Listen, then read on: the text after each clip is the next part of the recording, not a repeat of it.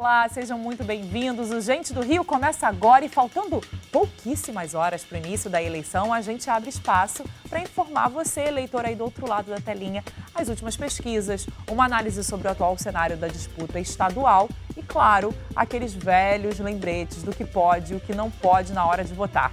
Obrigada pela sua companhia nesse domingo de manhã. E se você estiver assistindo a gente através do nosso canal do YouTube, o TV Band Rio, curte lá, deixa seu comentário e não esquece de se inscrever para receber as notificações de tudo que rola na tela da Band. O nosso papo hoje aqui no Gente do Rio são as eleições e para trazer um panorama para quem está se preparando para ir para as urnas, a gente convidou a cientista política Maíra Goulart, que está aqui com a gente, que é coordenadora do Laboratório de Partidos, Eleições e Política Comparada e professora de Ciência Política da UFRJ, além de também fazer parte do PPCS da UFRJ, que é a Universidade Rural aqui do estado do Rio de Janeiro. São muitas siglas, afinal, Maíra entende muito de política. Política, na verdade, eu acho que faz parte da sua vida, né, Maíra? Muito obrigada pela sua participação aqui no Gente do Rio. É um prazer estar aqui. A política faz parte da vida de todo mundo, por isso tem que estar todo mundo animado para ir votar. É isso. E as eleições estão começando daqui a pouquinho, né? A gente está no ar de manhãzinha, mas você que está aí do outro lado já deve estar se preparando lá com a sua colinha para ir direto para a urna, que abre às 8 horas da manhã hoje. E a gente vai começar esse nosso papo falando exatamente de eleição, de como é que está o cenário político para você que ainda não decidiu o seu voto, está com o voto ainda em cima da hora, tem muita coisa para a gente falar. Eu acho que o mais importante, Maíra, quando a gente fala de eleição, é trazer o último panorama, como as pesquisas estão tratando isso. E no estado do Rio de Janeiro, ao contrário, por exemplo, da presidência ou de outros lugares, a gente está com um embate extremamente forte e a gente ainda não sabe que rumos são esses dessas eleições estaduais. O que a gente sabe é que tem ali 4 grandes pessoas disputando, dentre eles 2 se destacando. E aí, quando a gente olha as pesquisas, a gente vê Cláudio Castro, atual governador do estado do Rio, despontando ali, quando você faz uma pesquisa mais travada nos nomes de quem são os candidatos, ele despontando ali com cerca de 30% dos votos, seguido por Marcelo Freixo, que vem ali com cerca de 20% a 25% dos votos.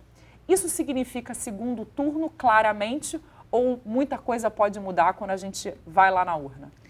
Bem, no caso do Rio de Janeiro, o cenário está mais incerto do que no plano federal. No plano federal, há uma probabilidade maior de uma vitória em primeiro turno, ou seja, de não haver segundo turno. No caso do Rio de Janeiro, não é bem o contrário, não. Está muito instável. Ninguém sabe se vai ter ou não segundo turno, se Cláudio Castro vai conseguir ou não uma vitória em primeiro turno.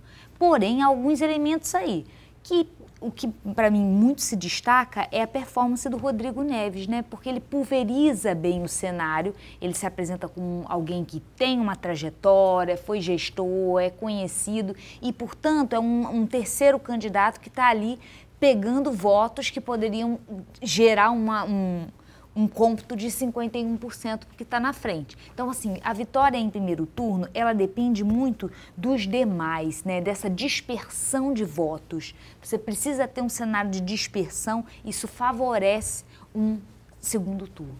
Quando a gente fala de segundo turno, para as pessoas que não entendem muito bem como é que ele funciona, é 50 votos e mais um, ou seja, a pessoa precisa ter a maioria dos votos para que ganhe em primeiro turno. Se isso não acontece, a gente tem um segundo turno. Só que esses 51%, na verdade, é do famoso voto válido, que é o que eu acho que nessa eleição está tão pendente aí, né? Porque a gente tem, quando a gente faz a análise das pesquisas, a gente ainda tem um número grande de eleitor que não tem ideia em quem votar. A gente estava conversando um pouco antes de começar o programa do quanto isso aumenta ainda mais quando você não tem o nome do candidato. Se você tem que decidir por si só e a pesquisa é espontânea, 50% da população ainda não tem ideia de quem votar. Isso é, de certa forma, muito complicado para a eleição atual, mas também muito complicado, de uma certa maneira, para o eleitor, né? Porque demonstra que a gente ainda está capengando na política estadual. Isso você acha que tem um pouco a ver com a descrença do eleitor no estado do Rio de Janeiro, que já passou ali por diversos governadores sem ter, né? Na verdade, dá um respiro, daqui a pouco vem um escândalo de corrupção. Dá mais um respiro e tem um governador empichado. Você acha que tem muito ligado a isso quando a gente fala de Rio de Janeiro? Eu acho que sim, no Rio de Janeiro a gente tem um certo vácuo de elites políticas, né? Você pode ver os principais partidos do país, eles não mandam suas grandes lideranças para o Rio de Janeiro. O Freixo, sim, ele tem uma trajetória, ele é conhecido, mas ele é conhecido dentro de um grupo, né, que são aqueles grupos que estão mais próximos da opinião pública, classes médias, pessoas que frequentaram a universidade, enquanto que no campo do enraizamento popular, e aí a figura dos prefeitos, dos vereadores, dos deputados estaduais é muito fundamental nessa penetração do nome dos candidatos nas diferentes localizações, nesse espraiamento pelo tecido. Porque é o vereador que está ali no cantinho daquela cidade, é o deputado que às vezes tem um grupo, né, um bairro específico onde ele tem mais penetração, e é essa pessoa que é o responsável pela proximidade com o eleitor, né? Tanto que, se você lembrar no debate de terça-feira à noite, né, dos candidatos a governo estadual, o Cláudio Castro termina o debate falando de vários locais em que ele esteve. Ele nomeia os lugares, né? Essa ligação com a política local é muito importante. Um candidato a governador, sem ter esses intermediários locais, que a gente na ciência política chama de brokers, ou mesmo sem ter essa transferência de votos, de base eleitoral, que a gente na ciência política chama de efeito coattail, sem isso fica muito difícil um candidato se tornar conhecido e, portanto, ter prestígio eleitoral para se eleger. Porque não dá para estar em todos os lugares. Não dá para estar em todos os lugares e, principalmente, o eleitor, ele precisa de uma familiaridade com aquele nome para que ele se lembre espontaneamente, é aquilo que a gente estava conversando antes, espontaneamente dessa pessoa na hora de votar. Porque é isso que a gente observa, né? Que na pesquisa espontânea, que é aquela que você não apresenta nenhum nome, você tem um número muito expressivo de pessoas que não sabem quem votar. Mas não é de se desconsiderar que a gente tem quase 10%, mais de 10% da população que quer votar branco ou nulo. E aí eu acho importante a gente explicar como é que funciona isso, né? O não sabe é a pessoa que não sabe ainda em quem quer votar, mas ela tem a pretensão de chegar lá naquele momento e votar em alguém. O branco e nulo são diferenciações conceituais, sem nenhuma diferenciação na prática. Conceitualmente, o voto nulo é uma rejeição completa aos nomes apresentados. E o voto branco é uma indiferença, para mim tanto faz. Mas essa diferenciação é só conceitual. Porque na urna eletrônica prática, eles não valem nada igual. Só serve para uma coisa, para tirar aquele voto da contagem de voto válido. E o que é essa contagem de voto válido? Votos válidos são os votos que são utilizados para eleger ou não alguém. Esse voto branco e nulo, ele não serve para nada, ele não elege nem não elege, e principalmente isso que a gente tem que alertar. Da contagem. Não faz anular a eleição, porque ainda há essa lenda urbana de que se tiver muito voto nulo, muito voto branco, aí vai anular a eleição, vai todo mundo embora. Se uma pessoa votar em alguém, essa pessoa vai ganhar porque recebeu um voto da população, e é assim que funciona a democracia. Na verdade, a escolha é a coisa mais importante num pleito democrático, é a gente tomar uma decisão de quem a gente deve escolher. E isso é muito importante. Mas quando a gente olha essa questão dos votos brancos e nulos, tanto na espontânea quanto na destinada ali ao nome dos candidatos, esse número não muda muito, porque essa pessoa, ela entende que seu voto também é um voto político, né? Um voto nesse sentido. E quando a gente olha essa questão das pessoas realmente não saberem em quem votar, parece ser algo como se o eleitor ainda não estivesse tão conectado com a política. E o quanto a política, como você disse logo na nossa abertura, faz parte da vida de todo mundo e deveria ser um pouco mais valorizada nesse sentido, né? Sim, mas também mostra a importância da campanha, porque a gente ainda tem alguns dias aí, e até esse momento da urna, o eleitor vai ouvir um santinho, vai ouvir uma cantoria na rua, ele vai ouvir, alguém vai conversar com ele e ele vai chegar lá na urna e vai votar em alguém. Esse número vai diminuir, o número do não sabe.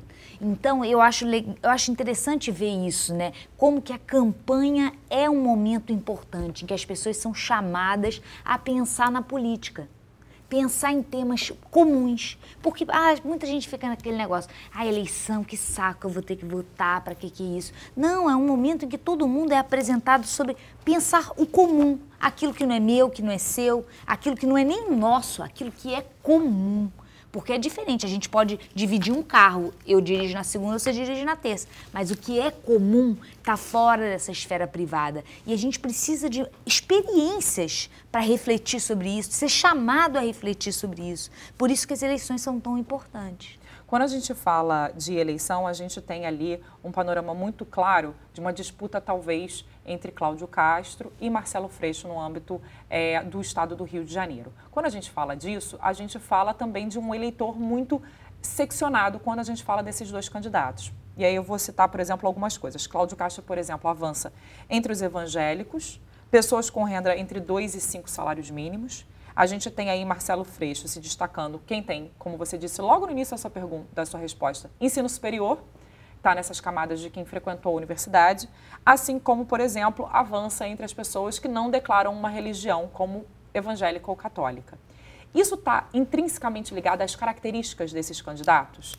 Eles trabalharam durante essas campanhas tentando penetrar mais nessas outras esferas que eles não conseguem tão facilmente? No caso do Freixo, certamente. Ele é um professor, ele se comunica muito bem, mas ele tem temáticas que são temáticas de opinião pública, né? Ele tem posicionamentos fortes sobre questões, ele atua na esfera da opinião pública, ele foi legislador, né? Ele tem um papel importante no legislativo nacional e estadual. Então, a trajetória dele está muito conectada com os formadores de opinião, com a opinião pública. No caso do Cláudio Castro, não, ele tem uma trajetória política frágil, né? Ele foi eleito apenas para vereador. Regionalizada, né? Muito, muito específico. Ele tem uma trajetória na Igreja Católica, sim, né? Um cantor gospel, mas ele não foi eleito para o cargo de governador. Porém, ele, desde que chegou a esse cargo, uma coisa que na ciência política a gente fala de a sorte, né? Ele chegou ali e ele tem feito um jogo muito bem pensado para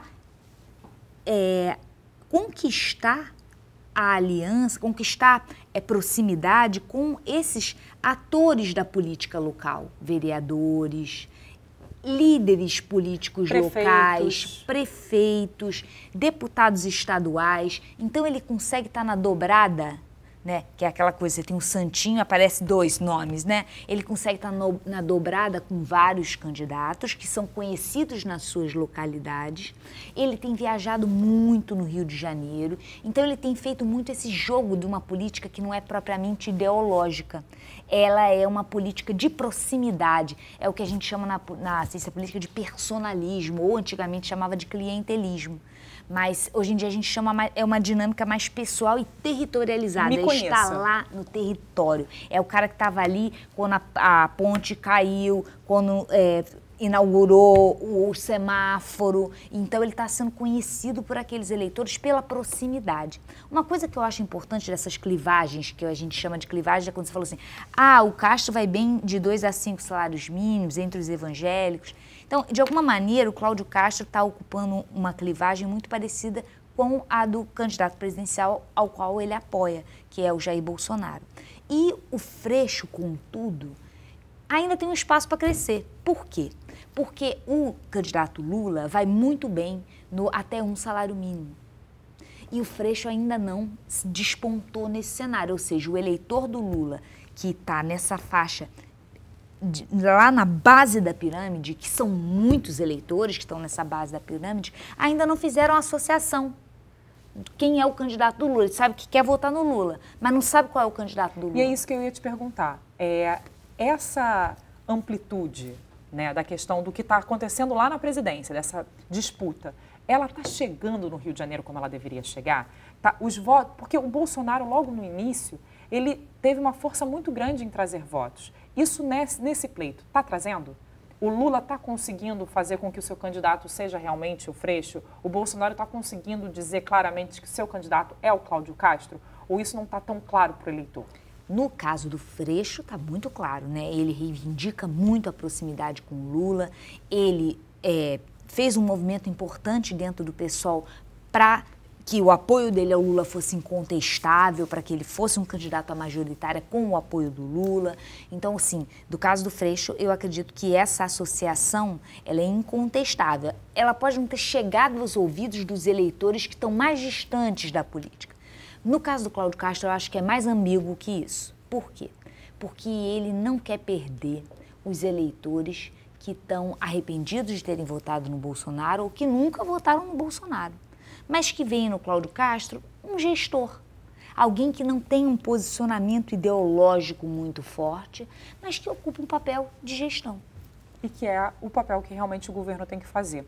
Eu vou parar de falar de cenário político e vou falar um pouco do que a gente fala no dia a dia, que a gente falou tanto na abertura desse programa, que é lembrar você o que cada um faz, qual o papel de cada um. E aí eu vou falar um pouco, já que a gente está falando de presidência, do quanto a presidência, nesse caso, tem um papel na governança do Estado.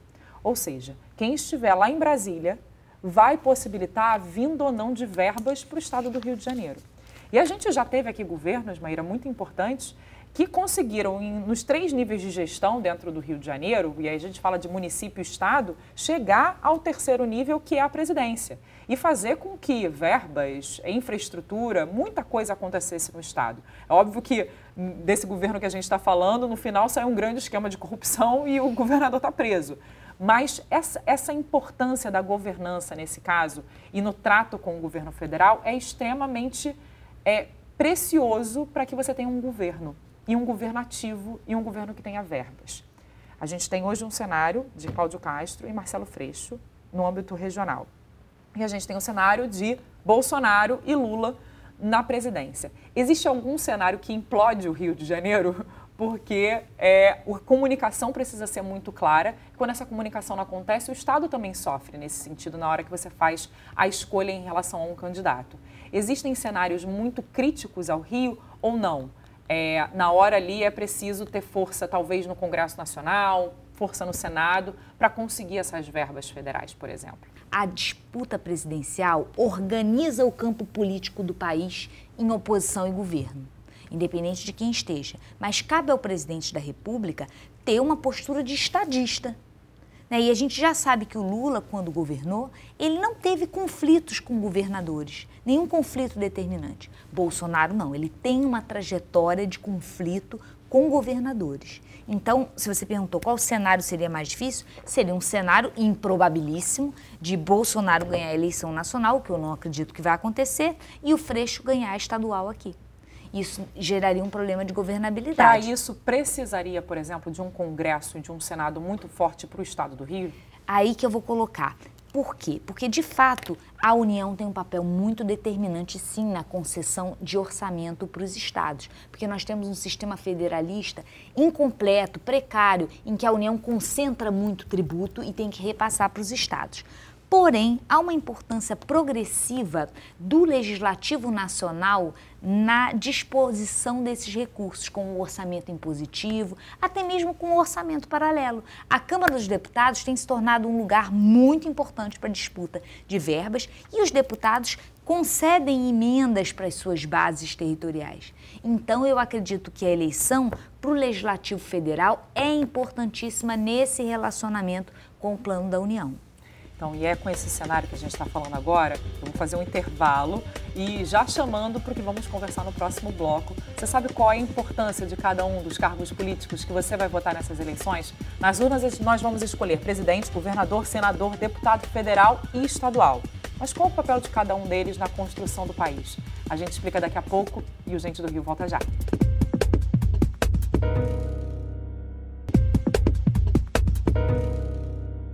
Estamos de volta com o Gente do Rio e hoje o nosso assunto é eleições, afinal tem muita gente agora nos assistindo, se preparando para seguir para a urna eletrônica. E antes de retomar o nosso papo com a Maíra Goulart, eu queria trazer aqui algumas informações importantes.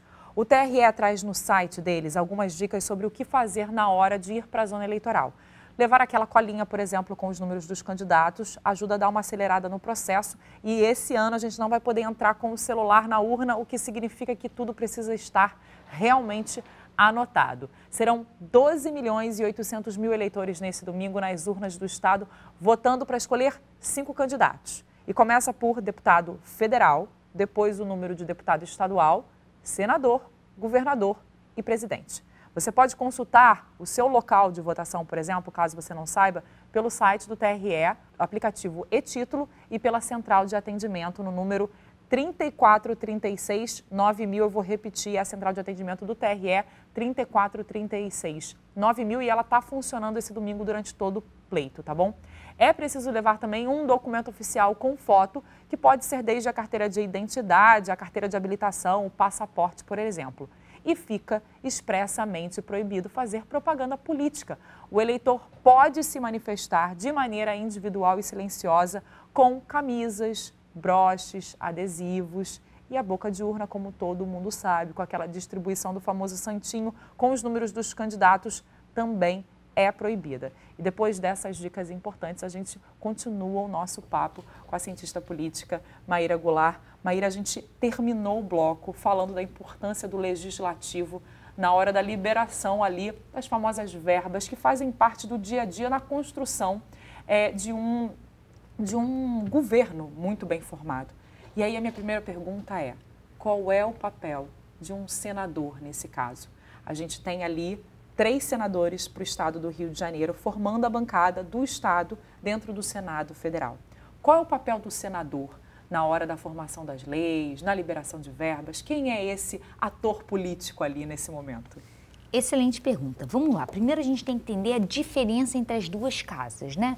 Na origem, lá na Inglaterra, no século XVII, século XV, começa a surgir o parlamento e aí ele é separado em Câmara dos Comuns, para quem não era nobre, e Câmara dos Nobres, a Câmara Alta. O Senado, ele vem dessa inspiração, como uma Câmara Alta. Tanto que o mandato dos senadores é maior do que o da Câmara dos Deputados. Tem 8 anos de duração. Tem 8 anos de duração. E a gente vai renovando a nossa cota de senadores. Numa eleição a gente vota em 2, na outra eleição a gente vota em 1. Essa chegou e o voto é só em 1. Porque o mandato deles é mais longo, por isso que tem essa alternância de você votar em 2 e votar em 1. E são menos, né? A quantidade de senadores é muito menor do que a deputado federal, por exemplo. São 81. E exatamente para reduzir a ideia dessa Câmara, vamos dizer, mais alta, né?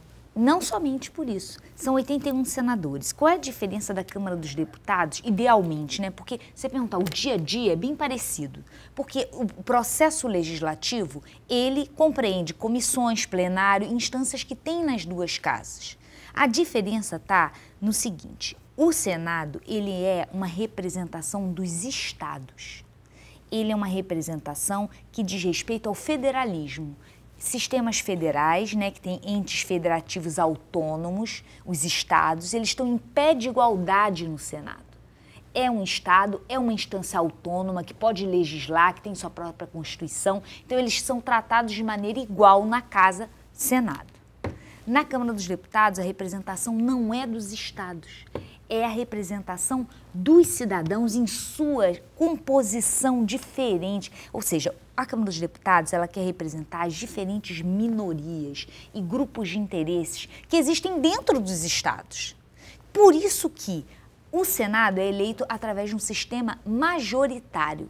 O mais votado naquele estado leva. Isso tende a favorecer representação de que tipo de interesse, que tipo de identidade? As majoritárias. As mais conhecidas, aquilo que está...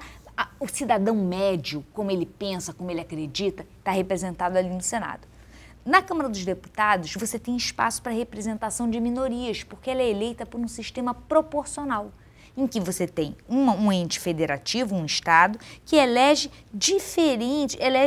cada um, de acordo com a sua população, dezenas de deputados. E ainda tem isso, né? Na Câmara, quando a gente fala na Câmara dos Deputados, a votação e a escolha do número de pessoas que vão para a Câmara depende, por exemplo, da quantidade de pessoas que existem naquele Estado, na sua representatividade como Estado dentro do país, né? Do que você representa ali como população, para que você tenha, quando você tem mais população, você tem uma maior participação no número de deputados para lutar, talvez, ali pelas suas diferenças dentro do seu próprio Estado. No Senado já não. Você tem a representação ali igualitária e todo mundo está pensando especificamente no que o Estado deveria ter.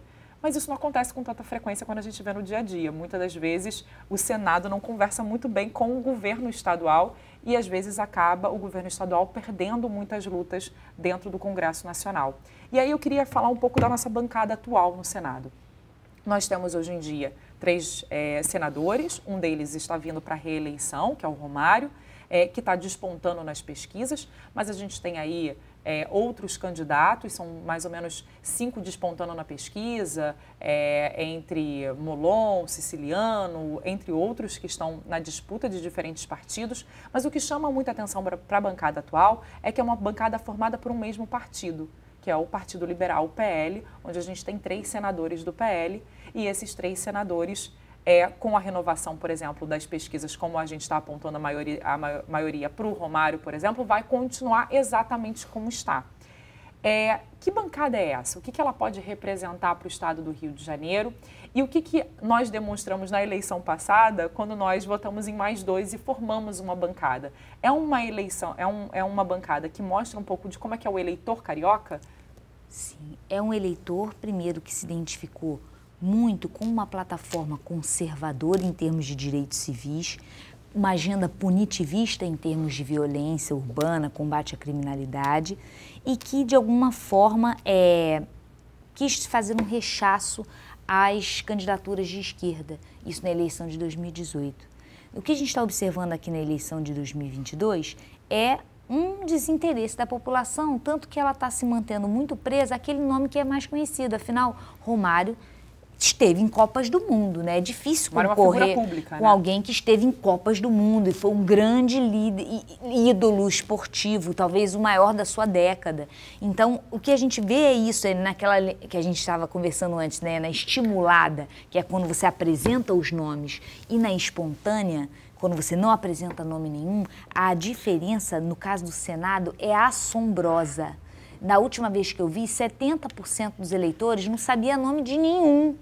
Não fazia a menor ideia. E dentre os 30, boa parte não acertou. Os que eles diziam não eram nem candidatos.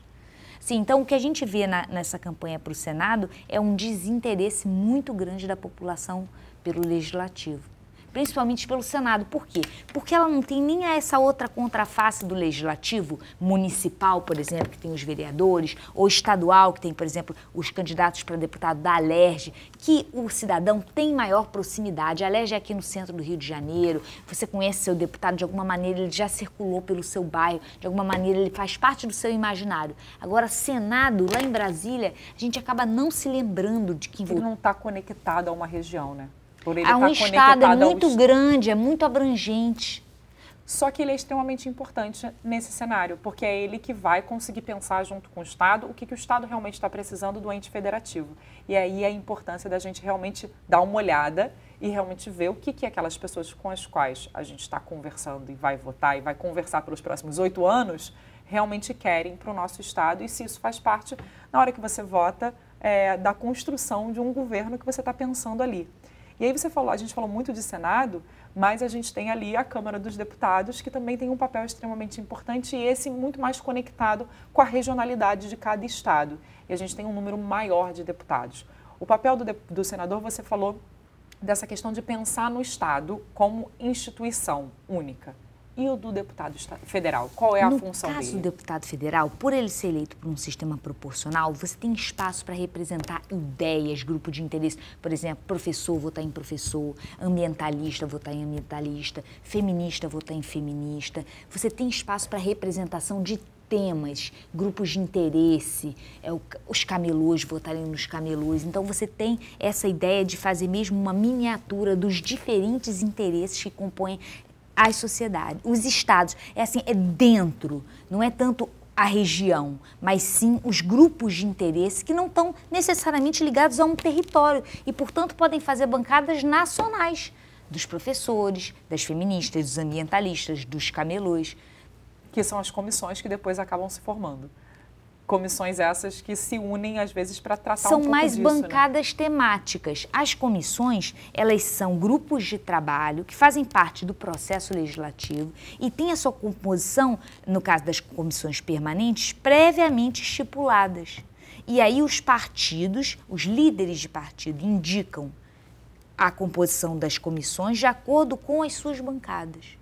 E como elas são formadas. Daí a importância da gente votar de maneira coerente em termos de partido. Porque você pode, o eleitor falar, partido não existe. Partido é o que organiza as elites políticas no Estado.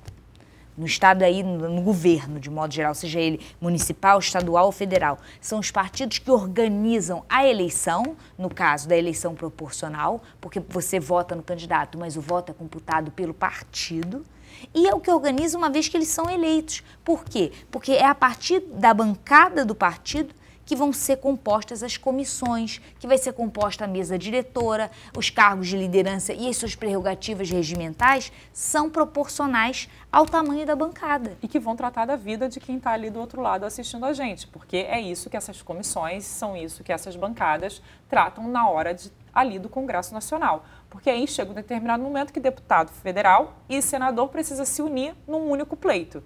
E aí é o Congresso que decide, né? Porque alguma coisa acontece aqui na Câmara, passa pelo Senado, o Senado aprova ou não, e aí começa a discussão, e aí devolve para lá. E esse jogo da política, que é tão importante para a discussão e para o debate, ele também faz parte do que vai acontecer com aquela pessoa que está lá na ponta, que é o cidadão. Então, quando a gente pensa nessas duas casas legislativas, a gente acha que pode votar em qualquer um, mas, na verdade, eles têm muito mais braço, talvez, na vida do cidadão do que tem o presidente, o governador ou o prefeito. Como é que funciona a representação? Eu faço um quadrinho em sala de aula que é o seguinte: a representação funciona da sociedade civil para o Estado como um canal que leva as preferências da sociedade civil, dos eleitores que estão aqui na sociedade civil, para o Estado. Canaliza, tipo um canudinho, um duto. Leva as preferências através de quem? Dos representantes escolhidos nas eleições. Daí a importância da eleição. É o momento em que você forma esse canal, que as preferências vão da sociedade civil para o Estado. E depois, como é que funciona a representação entre as eleições? Do Estado para a sociedade civil, levando políticas públicas. Dentro do Estado ocorrem processos deliberativos, processos legislativos, que são deliberativos, e é isso que você estava falando, né? Um processo é iniciado numa casa, votado nessa casa e passa para outra casa. Se ele é iniciado na Câmara dos Deputados, ele vai ser revisado pelo Senado. Se ele é iniciado, como assim iniciado? Se o projeto de lei foi apresentado por um senador, vai ser primeiro votado, deliberado no Senado e depois vai para a Câmara dos Deputados para fazer a revisão. É como se cada um estivesse olhando o que o outro está fazendo. Exato. Não só olhando, incluindo coisas, porque eles incluem emendas, eles incluem destaques. É para a coisa ficar bem feita e aí, depois desses processos deliberativos dentro do Estado, que são organizados pelos partidos, isso volta para a sociedade pela forma, né, de uma política pública. De uma lei ou de uma verba, por exemplo, que vem para fazer a construção de alguma coisa, para melhorar a vida do cidadão ali na ponta. E por isso a importância da gente escolher, talvez, esses entes com mais força do que a gente escolhe governador, presidente e prefeito. Que às vezes a gente percebe no pleito eleitoral que o deputado federal, o senador e o deputado estadual ficam lá por último na nossa escolha. Mas há uma necessidade muito grande da gente olhar quem são essas pessoas e o que elas vão representar a gente no Congresso, por exemplo, de uma maneira generalizada, quando a gente fala de Brasília. Afinal, o Rio de Janeiro também vai estar representado lá num pedacinho em Brasília. É basicamente isso, né? O executivo só executa. E para executar, precisa ter uma lei. E quem faz a lei é o legislativo. Então, é fundamental que você escolha, se aproprie. Não é só escolher. Aí que tá, não é só escolher. Se apropriar do legislativo. O legislativo tem espaços de participação popular, as audiências públicas. Todos os legislativos estaduais têm ali as suas sessões, está tudo na internet. Você, eleitor, você não precisa só votar e ir embora. Você pode ficar e acompanhar. Temos transparência pública. Os governos hoje em dia são muito transparentes. Os diários oficiais das casas legislativas, tudo tem tudo na ali. internet. Tem você pode assistir na YouTube. TV. O que não falta, eu acho que é a forma de falar. A gente já falou então de senador, de governador, de presidente, de certa forma. A gente falou de deputado federal e agora a gente precisa falar do âmbito estadual, que é a nossa Assembleia Legislativa do Estado do Rio de Janeiro, que é a formação do nosso legislativo aqui no Estado. E aí, nesse caso, eles representam muito mais as regionalidades do Estado do que, por exemplo, no Congresso Nacional. Eu queria falar um pouco de deputado estadual. Como é que é essa escolha, qual o papel dele na governança para o governador do Estado do Rio? Olha, novamente, o deputado estadual, a eleição proporcional para deputado estadual, ela não funciona tão regionalizada assim. Ela é uma eleição que também é pensada para representação de minorias.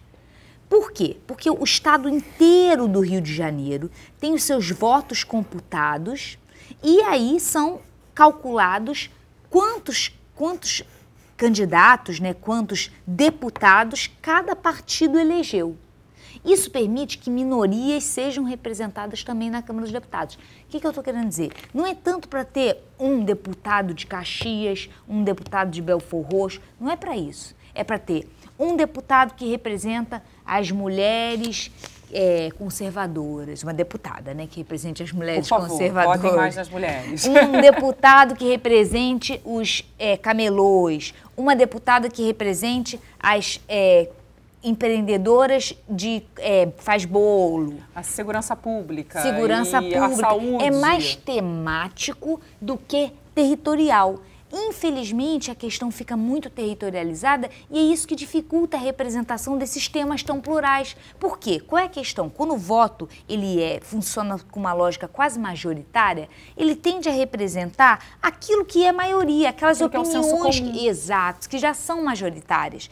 E aí vai ser aquela coisa, vai ser um homem branco, relativamente conservador. Você não tem aquela pluralidade que você precisa ter. É gente que é religiosa, não religiosa, de uma religião, da outra, que é classe média, que é classe popular. Você precisa ter diversidade para que a coisa funcione, para que esses processos de deliberação sejam de fato deliberação, que apresentem diferentes pontos de vista. Não é um embate, sim o debate, que é extremamente importante, né? Não é um jogo de soma zero. É assim, eu falo uma coisa, você fala, eu não tinha pensado nesse ponto de vista. Por quê? Porque você não tem essa trajetória que eu chego lá enquanto uma mulher que é empreendedora e faz bolo, ou eu mesmo, como uma professora universitária. Eu vou falar uma coisa e aí uma outra que é professora de escola básica vai me chamar atenção para outras questões que eu sozinha não teria como chegar.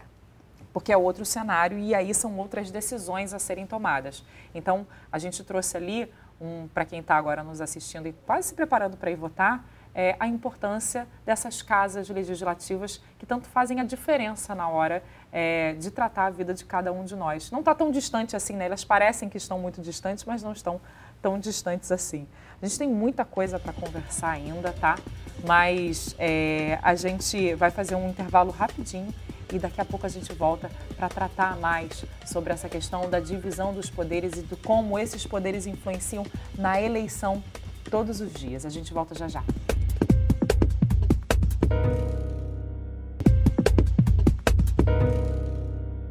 Estamos de volta com o Gente do Rio nesse domingo de eleições.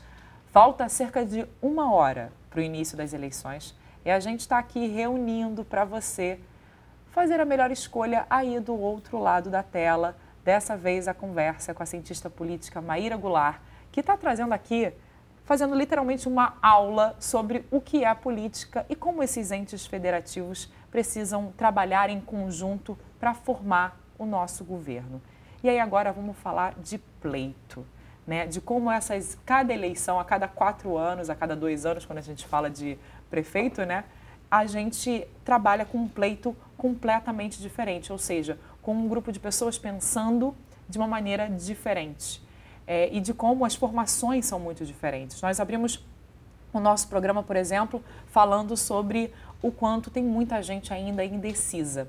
Em 2018, a gente viu as coisas mudarem muito rapidamente. Em 2018, aqui no estado do Rio de Janeiro, a gente tinha um azarão que nas últimas pesquisas mal aparecia no pleito e ele veio para um segundo turno fortemente, muito ligado, por exemplo, que foi o governador Wilson Witzel, que acabou sendo empichado no meio do mandato, muito puxado por uma questão de um candidato à presidência que tinha uma força muito grande na hora de puxar o voto, que era Jair Bolsonaro, na época apenas candidato à presidência. Hoje, Jair Bolsonaro, presidente, ele tem essa mesma força quando a gente fala de estado do Rio de Janeiro? Esses votos estão indo muito. Em 2018, a gente teve uma força muito grande para Senado, ele levou o filho dele, Flávio Bolsonaro, para o Senado, ainda tem 4 anos de mandato como senador do estado do Rio de Janeiro. A gente teve puxando, por exemplo, diversos deputados que foram para Brasília e a gente teve ali um governador que foi para um segundo turno que ninguém esperava, que realmente não só foi para um segundo turno, como ganhou a eleição. Como é que foi de 2018 e o que é 2022? Uma mudança muito grande nesse pleito ou não? A gente ainda tem semelhanças? Bem, quando você tem alguém que está no cargo, essa pessoa tem uma coisa boa, uma coisa ruim. O que ela tem de bom por ela estar no cargo? Dinheiro. Ela tem dinheiro para fazer política pública que de alguma maneira vai se reverter eleitoralmente para ela. E o que ela tem de ruim? Desgaste. Desgaste porque a gestão dela está sendo avaliada.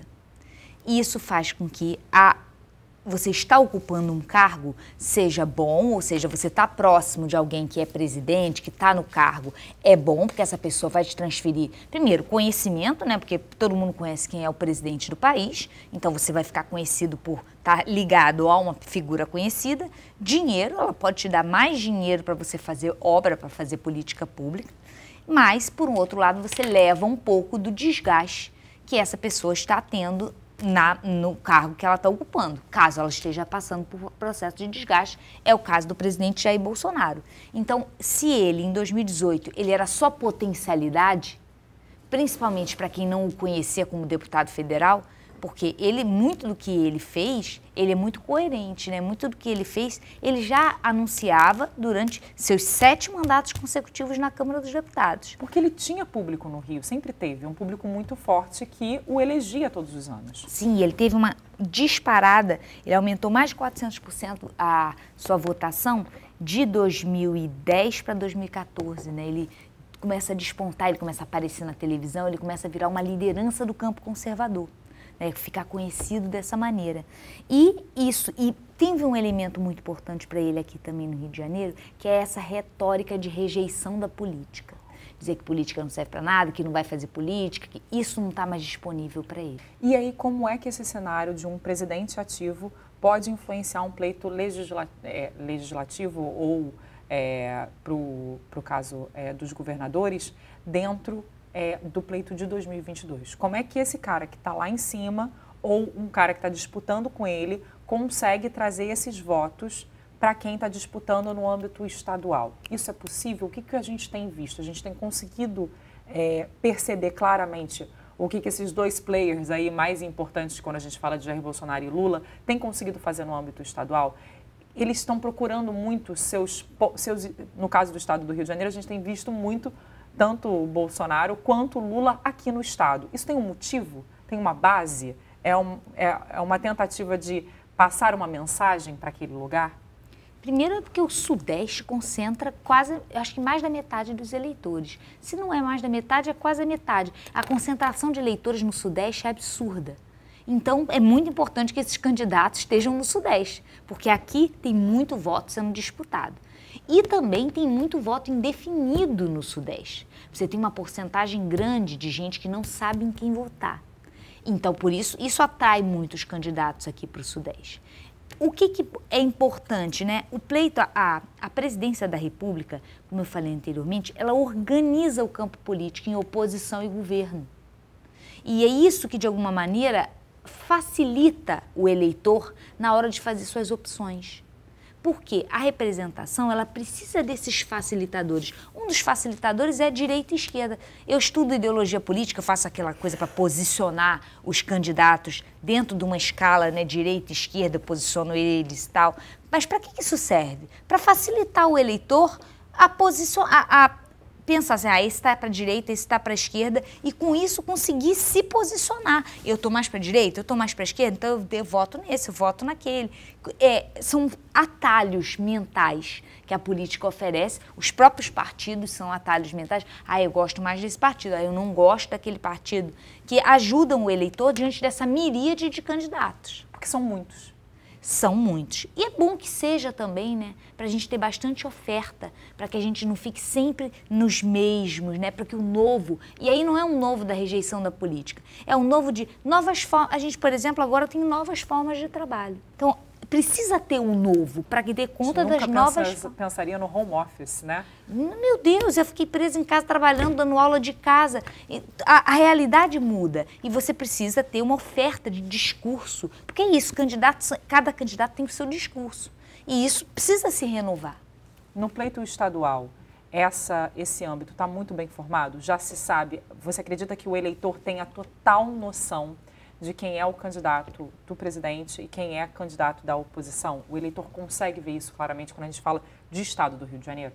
Eu acho que tem candidatos que não querem se prender a nenhum dos candidatos presidenciais, porque eles não querem perder voto de nenhum dos lados. Ele não quer perder voto de quem vota em Bolsonaro se aproximando do Lula e não quer perder voto de quem vota no Lula se aproximando do Bolsonaro. Ou seja, o Rio de Janeiro está no meio do caminho.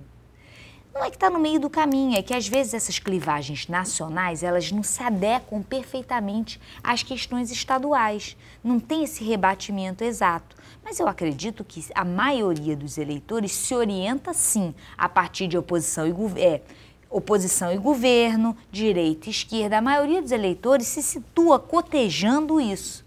Mas eu acredito que tem candidatos que querem representar um tema. E aí essa clivagem ideológica não se ajusta perfeitamente. Por exemplo, a causa ambiental não é necessariamente nem de direita nem de esquerda. A pauta mesmo dos direitos civis, que agora é vista como uma coisa de esquerda, não era originalmente. Era uma pauta liberal, que candidatos de direita, até 15 anos atrás, encampavam sem nenhum temor. Era mais de centro, digamos assim, centralizada. Era mesmo de direita, estava à direita essa temática, por exemplo, de desregulamentação de drogas e tal. Isso não é uma temática originária da esquerda. Isso não surge na esquerda. O comunismo histórico não estava preocupado com essas questões. O que define a esquerda é, de alguma maneira, uma relação com a transferência de renda, com o crescimento econômico, com a economia real. Enquanto a direita, ela está mais ligada à rentabilidade de investimentos financeiros. Ou seja, política falando de economia, política falando da vida do dia a dia, que é tão importante. Queria trazer um dado aqui que me chamou muita atenção em relação às eleições. E eu acho que está muito ligada a tudo que a gente vem falando nas redes sociais em relação à urna eletrônica, se ela vale, se ela não vale, por que ela é eletrônica, por que só no Brasil tem urna eletrônica. E dobrou o número de pessoas que se candidata para ser mesário nas eleições no país. E eu acho que isso está muito ligado à participação do eleitor nesse pleito. E entender que ele também tem um papel fundamental para que essa eleição aconteça, afinal, só metade dessas pessoas realmente é convocada pelos tribunais regionais eleitorais, o restante todo precisa ser voluntário. E dobrar esse número mostra uma participação muito importante. Você acredita que isso, e aí eu vou tentar brincar um pouco com esse número, você acredita que isso está ligado mais à desconfiança da urna ou mais a representatividade do povo na hora de participar desse pleito? Eu acho que o brasileiro está cada vez mais desejando participar da política, se posicionando politicamente, percebendo a importância da política.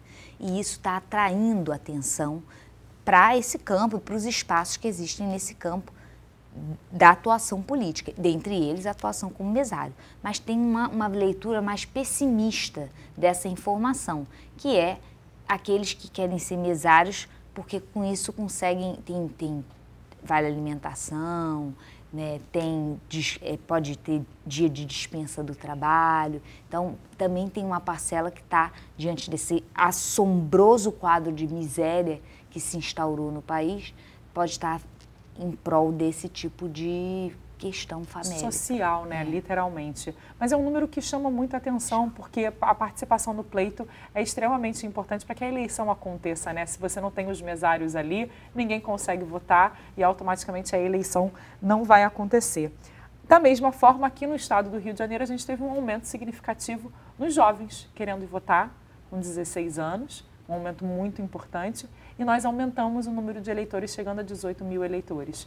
Então, como é conseguir, num ambiente tão pluralizado que nós estamos de eleição, conquistar esses mais jovens, que serão os eleitores do futuro? E o que você entende dessa procura mais dinâmica em relação à eleição no estado do Rio de Janeiro? Nossa, eu vejo com muito bons olhos, né? Porque se a gente tem a juventude disposta a se engajar nesses processos de reflexão sobre o que é comum, sobre o que é coletivo, sobre as identidades políticas e entendendo esses processos com uma dimensão pedagógica, ou seja, você não nasce sabendo a ser um cidadão. quanto mais você exerce a sua cidadania, mais você aprende a ser um cidadão. Então, eu acho legal eles começarem cedo, porque isso significa que eles vão ter mais episódios de aprendizado. Quando a gente fala de eleitor, que eleitor é esse hoje no estado do Rio de Janeiro, na visão da Maíra? É um eleitor desconfiado, e aí está buscando ali o que ele quer em relação ao que os candidatos estão apresentando, ou ele é um eleitor já muito certo daquilo que ele faz? Você acha que ainda está muito difícil de a gente ter eleitores, quando a gente olha as pesquisas, eleitores que entendam realmente que pleito é esse, quais são os votos que ele precisa colocar na mesa? Bem, eu só penso um adjetivo para a gente falar do Rio de Janeiro em termos de eleitor, que é traumatizado. Eu sou aqui do Rio de Janeiro, sou eleitora do Rio de Janeiro, a gente está traumatizado, a gente está magoado, porque a gente acreditou e foi traído várias vezes. E para isso, para voltar a acreditar, a gente precisa ir olhar o que são as propostas desses governantes, porque a gente vê muito isso. A gente estava discutindo, por exemplo, os debates. Houve muito embate, muito apontar os dedos, né? O dedo na cara no sentido de você deixou de fazer isso, você fez isso, você participou daquilo. Existiu muito embate nesse sentido, mas pouca proposta clara do que realmente vai ser feito em cada âmbito. E a gente fala de transporte, de segurança, por exemplo, o Rio de Janeiro, quando a gente fala de chuvas, infraestrutura para dar conta da questão das tragédias que assolam o nosso estado quase que todos os anos. Falta, às vezes, aos políticos mostrar um pouco mais do que vai ser a sua política pública ao longo do governo, as propostas mais realistas. A gente tem visto cada vez menos os planos de governo muito bem definidos. Você acha que falta ao eleitor carioca talvez cobrar mais os planos de governos mais definidos dos seus candidatos? Eu já há alguns anos trabalho com um programa de governo, né, para fazer essa coisa de posicionar os candidatos na escala ideológica. Eu analiso os programas de governo. E, gente, os programas de governo estão todos lá no site do TSE, assim como os gastos de campanha. Você consegue ver quanto gastou, como gastou, você consegue ver a vida toda do candidato ali. E eu acho que a cidadania também, é muito fácil culpar os outros, né? Mas as pessoas, elas têm que perder um tempinho no seu celular, entrar no TSE e dar uma olhada nos programas de governo. Assim, eu acho, o cara já foi deputado, vê como ele bota o nome dele lá na Câmara dos Deputados, aparece a ficha corrida inteira do sujeito. Será que ele apresentou uma lei? Será que ele votou a favor do quê? Se aquilo que ele está falando realmente é verdade ou não, essa famosa fake news que a gente tanto fala, né? É isso, o eleitor ele tem que ser mais ativo e menos passivo, correr atrás de informação e se preocupar com a fonte da informação. E aí a importância da imprensa, da mídia tradicional, dos jornais, que oferecem informação de qualidade. Os sites de todos os grandes jornais têm feito trabalho excelente em termos de eleição. Existem portais que apresentam os candidatos, fazem rankings de candidato. É buscar fontes confiáveis. Não é ir lá no blog do fim do mundo do teu amigo na fake news. É buscar essa mídia tradicional que, de alguma maneira, tem critério, né, que tem pesquisa, que vai atrás, tem repórter correndo atrás de informação. Você falou muito da questão do TSE e quanto isso está muito de fácil acesso, né? Todo mundo tem um celular na mão, consegue ali fazer uma pesquisa rápida no Google, que seja, e encontrar o plano de governo. É importante fazer essa análise para que na hora da escolha você saiba exatamente em quem você está votando e não necessariamente apenas na troca que é feito, por exemplo, num programa político que a gente vê na televisão ou na hora que o candidato está lá no local onde você mora, onde você trabalha, onde você vive, para que você consiga diferenciar aquilo que ele fala daquilo que ele realmente vai colocar em prática. Porque existem diferenças muitas vezes nisso, na forma como ele fala e na forma como ele realmente vai colocar aquilo em prática. Sim, primeiro a gente tem que saber que nós vivemos num sistema democrático, né? Então, são vários atores que vão participar de um processo decisório para que uma lei seja aprovada. Não adianta votar numa pessoa achando que ela vai governar por decreto. Então, assim, é importante você votar no legislativo para saber que é dali que vai sair as maiorias que podem ou não aprovar um projeto de lei. Mas eu acho que o eleitor tem que ganhar independência. É ir atrás da informação, preocupado com a fonte, de onde ele está buscando essa informação, mas ele tem que ser mais independente e buscar essa informação. Eu acho que quando a gente fala de eleição, a gente fala de esperança, né, Maíra? Então, eu queria encerrar esse nosso papo, essa nossa conversa, com um pouco do que você no dia a dia vê de política, porque, na verdade, política precisaria ser ensinada, eu acho, desde o primeiro âmbito ali do colégio, para que as pessoas entendessem como cidadão qual é a sua representatividade política no dia a dia. Queria que você deixasse um pouco de uma mensagem realmente do que é preciso para que quem está agora ali, ó, escrevendo os últimos números no papelzinho para levar, porque lembrando, não vai poder entrar com o celular dentro da urna eletrônica, vai ter que deixar do lado de fora e vai ter que votar com o papelzinho, que não tiver vai ter que sair anotando na mão mesmo. O que esse eleitor precisa entender da sua importância? Porque ele sim tem todo o poder na mão, né? Quem está no poder não tem poder, quem tem poder é o eleitor. E entender esse poder, eu acho que é a grande mensagem na hora da gente apertar lá os números na urna eletrônica, né? Sim, quando eu comecei a fazer faculdade, tinha um tema que aparecia em todas as disciplinas, que era a crise da representação. Nunca entendi isso, gente. Essas elites políticas, o Congresso, a Assembleia Legislativa, o presidente, o governador, eles foram eleitos, eles representam, a gente escolheu eles.